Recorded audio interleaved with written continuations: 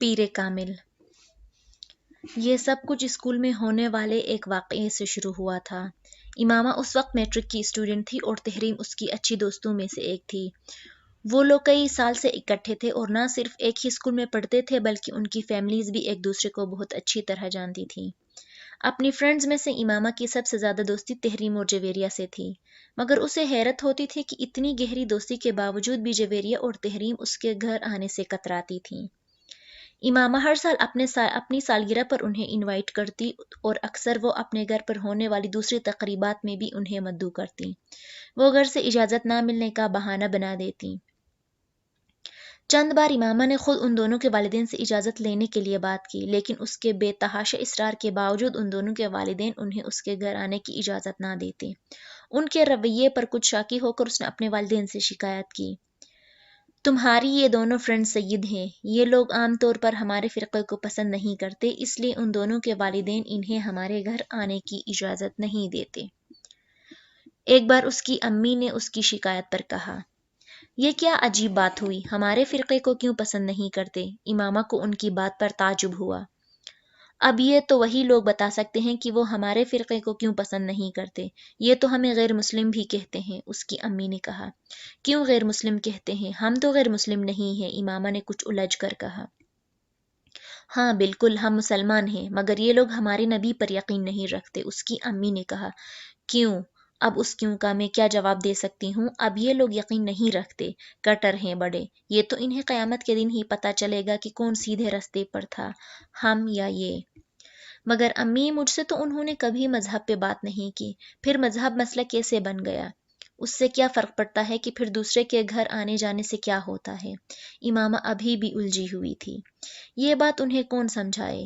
یہ لوگ ہمیں جھوٹا کہتے ہیں، حالانکہ خود انہیں ہمارے بارے میں کچھ پتا نہیں، بس مولویوں کے کہنے پر آ کر ہم پر چڑھ دوڑتے ہیں۔ انہیں ہمارے بارے میں اور ہمارے نبی کی تعلیمات کے بارے میں کچھ پتا ہو تو یہ لوگ اس طرح نہ کریں، شاید پھر انہیں کچھ شعور آ جائے اور یہ لوگ بھی ہماری طرح راہ راست پر آ جائیں۔ تمہاری فرینڈز اگر تمہارے گھر نہیں آتی تو تمہیں پریشان ہونے کی کوئی ضرورت نہیں، تم بھی ان کے گھر مت جایا کرو۔ مگر امی، ان کی غلط فہمیاں تو دور ہونا چاہیے میرے بارے میں، امامہ نے ایک بار پھر کہا۔ یہ کام تم نہیں کر سکتی، ان لوگوں کے ماں باپ مسلسل اپنے بچوں کی ہمارے خلاف برین واشنگ کرتے رہتے ہیں، ان کے دلوں میں ہمارے خلاف زہر بھرتے رہتے ہیں۔ نہیں امی، وہ میری بیسٹ فرینڈز ہیں، ان کو میرے بارے میں اس طرح نہیں سوچنا چاہیے، میں ان کو اپنی کتابیں پڑھنے کے لیے دوں گی تاکہ ان کے دل سے میرے بارے میں یہ غلط فہمیاں دور ہو سکیں، پھر ہو سکتا ہے یہ ہمارے نبی کو بھی مان جائیں، امامہ نے کہا۔ اس کی امی کچھ سوچ میں پڑ گئیں۔ آپ کو میری تجویز پسند نہیں آئی؟ ایسا نہیں ہے، تم ضرور انہیں اپنی کتابیں دو، مگر اس طریقے سے نہیں کہ انہیں یہ لگے کہ تم اپنے فرقے کی ترویج کے لیے انہیں یہ کتابیں دے رہی ہو۔ تم انہیں یہ کہہ کر کتابیں دینا کہ تم چاہتی ہو وہ ہمارے بارے میں جانیں، ہم کو زیادہ بہتر طریقے سے سمجھ سکیں، اور ان سے یہ بھی کہنا کہ ان کتابوں کا ذکر وہ اپنے گھر والوں سے نہ کریں، ورنہ وہ لوگ زیادہ ناراض ہو جائیں گے۔ امامہ نے ان کی بات پر سر ہلا دیا۔ اس کے چند دنوں بعد امامہ اسکول میں کچھ کتابیں لے گئی تھیں۔ بریک کے دوران وہ جب گراؤنڈ میں آ کر بیٹھی تو امامہ اپنے ساتھ وہ کتابیں بھی لے آئی۔ میں تمہارے اور جویریہ کے لیے کچھ لے کر آئی ہوں۔ کیا لائی ہو دکھاؤ۔ امامہ نے شاپر سے وہ کتابیں نکال لیں اور انہیں 2 حصوں میں تقسیم کرتے ہوئے ان کی طرف بڑھا دیا۔ وہ دونوں ان کتابوں پر نظر ڈالتے ہی کچھ چپ سی ہو گئیں۔ جویریہ نے امامہ سے کچھ نہیں کہا، مگر تحریم یکدم کچھ اکھڑ گئی۔ یہ کیا ہے؟ اس نے سرد مہری سے پوچھا۔ یہ کتابیں میں تمہارے لیے لائی ہوں، امامہ نے کہا۔ کیوں؟ تاکہ تم لوگوں کی غلط فہمیاں دور ہو سکیں۔ کس طرح کی غلط فہمیاں؟ وہی غلط فہمیاں جو تمہارے دل میں ہمارے مذہب کے بارے میں ہیں، امامہ نے کہا۔ تم سے کس نے کہا کہ ہمیں تمہارے مذہب یا تمہارے نبی کے بارے میں کچھ غلط فہمیاں ہیں؟ تحریم نے بڑی سنجیدگی سے پوچھا۔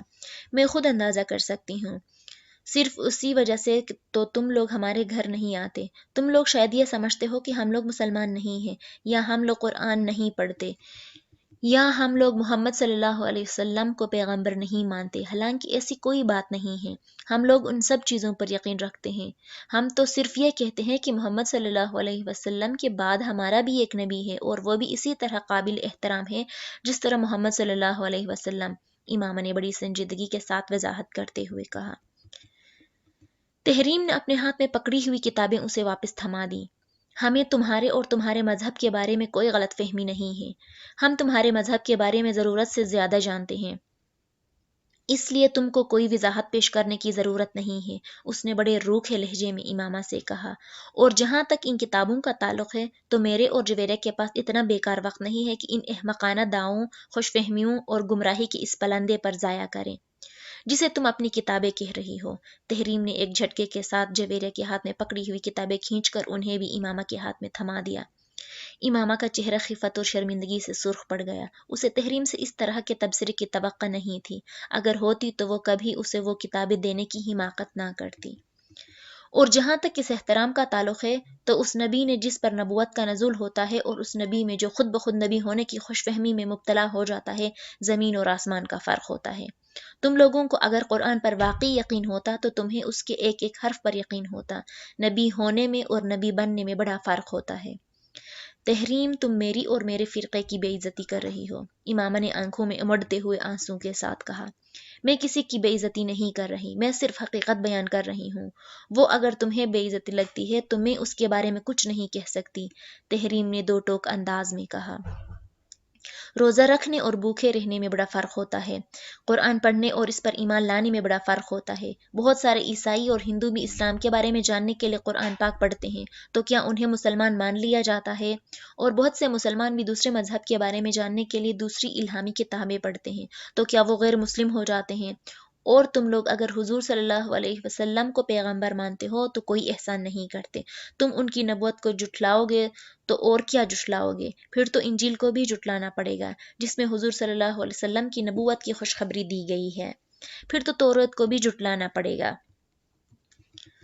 جس میں ان کی نبوت کی بات کی گئی ہے، پھر قرآن پاک کو بھی جھٹلانا پڑے گا جو محمد صلی اللہ علیہ وسلم کو آخری نبی قرار دیتا ہے۔ اور سب سے بڑی بات یہ ہے کہ اگر تمہارا نبی محمد صلی اللہ علیہ وسلم کی نبوت کو جھٹلاتا ہے تو وہ ان مناظروں کی کیا توجیہ پیش کرتا جو وہ نبوت کا دعویٰ کرنے سے پہلے کئی سال عیسائی پادریوں سے محمد صلی اللہ علیہ وسلم کی نبوت اور اسلام کے آخری دین ہونے پر کرتا رہا تھا۔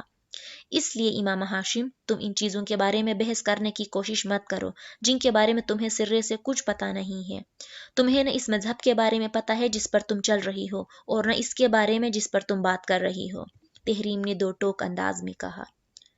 اور میں ایک چیز بتا دوں تمہیں، دین میں کوئی جبر نہیں ہوتا۔ تم لوگ محمد صلی اللہ علیہ وسلم کی نبوت کے ختم ہونے کا انکار کرتے ہو تو ہمارے پیغمبر صلی اللہ علیہ وسلم کو کوئی فرق نہیں پڑتا، مگر ہم محمد صلی اللہ علیہ وسلم کی نبوت پر یقین رکھتے ہیں، امامہ نے اس بات پر زور دیتے ہوئے کہا۔ تو پھر ہم بھی انجیل پر یقین رکھتے ہیں، اسے الہامی کتاب مانتے ہیں، حضرت عیسیٰ علیہ السلام کی نبوت پر یقین رکھتے ہیں، تو کیا ہم کرسچن ہیں؟ اور ہم تو حضرت موسیٰ علیہ السلام اور حضرت داؤد علیہ السلام کی نبوت پر بھی یقین رکھتے ہیں، تو کیا ہم یہودی ہیں؟ تحریم نے کچھ تمسخر سے کہا۔ لیکن ہمارا دین اسلام ہے کیونکہ ہم محمد صلی اللہ علیہ وسلم کے پیروکار ہیں، اور ہم ان پیغمبروں پر یقین رکھنے کے باوجود نہ عیسائیت کا حصہ ہیں نہ یہودیت کا، بالکل اسی طرح تم لوگوں کا نبی کیونکہ تم اس کے پیروکار ہو۔ ویسے تم لوگ تو ہمیں مسلمان بھی نہیں سمجھتے، ابھی تم اصرار کر رہی ہو کہ تم اسلام کا ایک فرقہ ہو، جبکہ تمہارے نبی اور اس کے بعد آنے والے تمام جماعت کے لیڈر کا دعویٰ ہے کہ جو مرزا کی نبوت پر یقین نہیں رکھتا وہ مسلمان ہی نہیں ہے، تو اسلام سے تو تم لوگ تمام مسلمانوں کو پہلے ہی خارج کر چکے ہو۔ ایسا کچھ بھی نہیں ہے، میں نے ایسا کب کہا ہے؟ امامہ نے قدرے لڑکھڑائے ہوئے لہجے میں کہا۔ تو پھر تم اپنے والد سے ذرا اس معاملے کو ڈسکس کرو، وہ تمہیں خاصی اپ ٹو ڈیٹ انفارمیشن دیں گے اس بارے میں، تمہارے مذہب کے خاصے سرکردہ رہنما ہے وہ، تحریم نے کہا۔ اور یہ جو کتابیں تم ہمیں پیش کر رہی ہو انہیں خود پڑھا کرو، تم نے نہیں پڑھا ہوگا ورنہ تمہیں پتا ہوتا ان سرکردہ رہنماؤں کے بارے میں۔ جویریہ تحریم کی اس ساری گفتگو کے دوران خاموش رہی تھی، وہ صرف کن اکھیوں سے امامہ کو دیکھتی رہی تھی۔ اللہ تعالیٰ کہتا ہے کہ محمد صلی اللہ علیہ وسلم اس کے آخری نبی ہیں، اور میرے پیغمبر صلی اللہ علیہ وسلم اس پر گواہی دیتے ہیں کہ وہ اللہ کے آخری نبی ہیں، اور میری کتاب مجھ تک یہ دونوں باتیں بہت صاف، واضح اور دو ٹوک انداز میں پہنچا دیتی ہے، تو پھر مجھے کسی اور شخص کے نبوت اور اعلان کی ضرورت نہیں ہے، سمجھی؟ تحریم نے اپنے ایک ایک لفظ پر زور دیتے ہوئے کہا۔ بہتر ہے تم اپنے مذہب کو یا ہمارے مذہب کو زیر بحث لانے کی کوشش نہ کرو۔ اتنے سالوں سے دوستی چل رہی ہے، چلنے دو۔ جہاں تک تمہارے گھر نہ آنے کا تعلق ہے تو یہاں سے بالکل ٹھیک، ہاں یہ بالکل ٹھیک ہے۔ میرے والدین کو تمہارے گھر آنا پسند نہیں۔ یہاں اسکول میں تم سے دوستی اور بات ہے، بہت سے لوگوں سے دوستی ہوتی ہے۔ دوستی میں عام طور پر مذہب آڑے نہیں آتا، لیکن گھر میں آنا جانا کچھ مختلف چیز ہے۔ انہیں شاید میری کسی عیسائی یا یہودی یا ہندو دوست کے گھر آنے جانے پر اعتراض نہ ہو، لیکن تمہارے گھر جانے پر ہے، کیونکہ وہ لوگ اپنے مذہب کو مانتے ہیں اور وہ اپنے آپ کو مسلمان نہیں کہتے۔ جس مذہب سے تعلق ہوتا ہے وہی بتاتے ہیں، اور یہ بھی حقیقت ہے کہ جتنا تم لوگوں کو ناپسند کیا جاتا ہے اتنا ان لوگوں کو نہیں کیا جاتا، کیونکہ تم لوگ صرف پیسے کے حصول اور اچھے مستقبل کے لیے یہ نیا مذہب اختیار کر کے ہمارے دین میں گھسنے کی کوشش کر رہے ہو، مگر کرسچن، ہندو یا یہودی ایسا نہیں کرتے۔ امامہ نے بے اختیار اسے ٹوکا۔ کس پیسے کی بات کر رہی ہو تم؟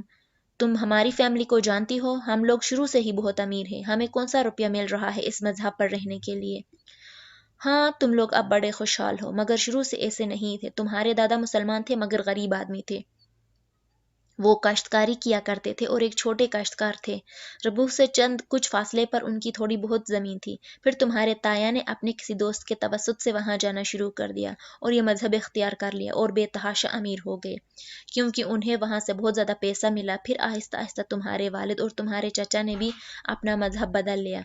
پھر تم لوگوں کا خاندان اس ملک کے متمول ترین خاندانوں میں شمار ہونے لگا، اور یہ کام کرنے والے تم لوگ واحد نہیں ہو، زیادہ تر اسی طرح سے لوگوں کو اس مذہب کا پیروکار بنایا جا رہا ہے۔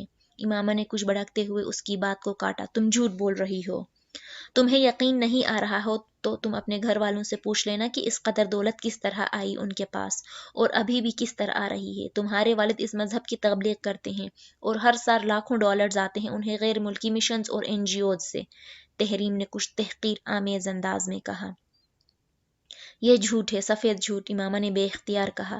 میرے بابا کسی سے کوئی پیسہ نہیں لیتے۔ وہ اگر اس فرقہ کے لیے کام کرتے ہیں تو غلط کیا ہے؟ کیا دوسرے فرقوں کے لیے کام نہیں کیا جاتا؟ دوسرے فرقوں کے بھی تو علماء ہوتے ہیں یا ایسے لوگ جو انہیں سپورٹ کرتے ہیں۔ دوسرے فرقوں کو یورپی مشن سے روپیہ نہیں ملتا، میرے بابا کو کہیں سے کچھ نہیں ملتا، امامہ نے ایک بار پھر کہا۔ تحریم نے اس کی بات کے جواب میں کچھ نہیں کہا، وہ اٹھ کھڑی ہوئی۔ امامہ نے اسے جاتے ہوئے دیکھا، پھر گردن موڑ کر اپنے پاس بیٹھی جویریہ کی طرف دیکھا۔ کیا تم بھی میرے بارے میں ایسا ہی سوچتی ہو؟ تحریم نے غصے میں آ کر تم سے یہ سب کچھ کہا ہے، تم اس کی باتوں کا برا مت مانو۔ جویریہ نے اسے تسلی دینے کی کوشش کی۔ تم ان سب باتوں کو چھوڑو، آؤ کلاس میں چلتے ہیں، بریک ختم ہونے والی ہے، جویریہ نے کہا تو وہ اٹھ کھڑی ہو گئی۔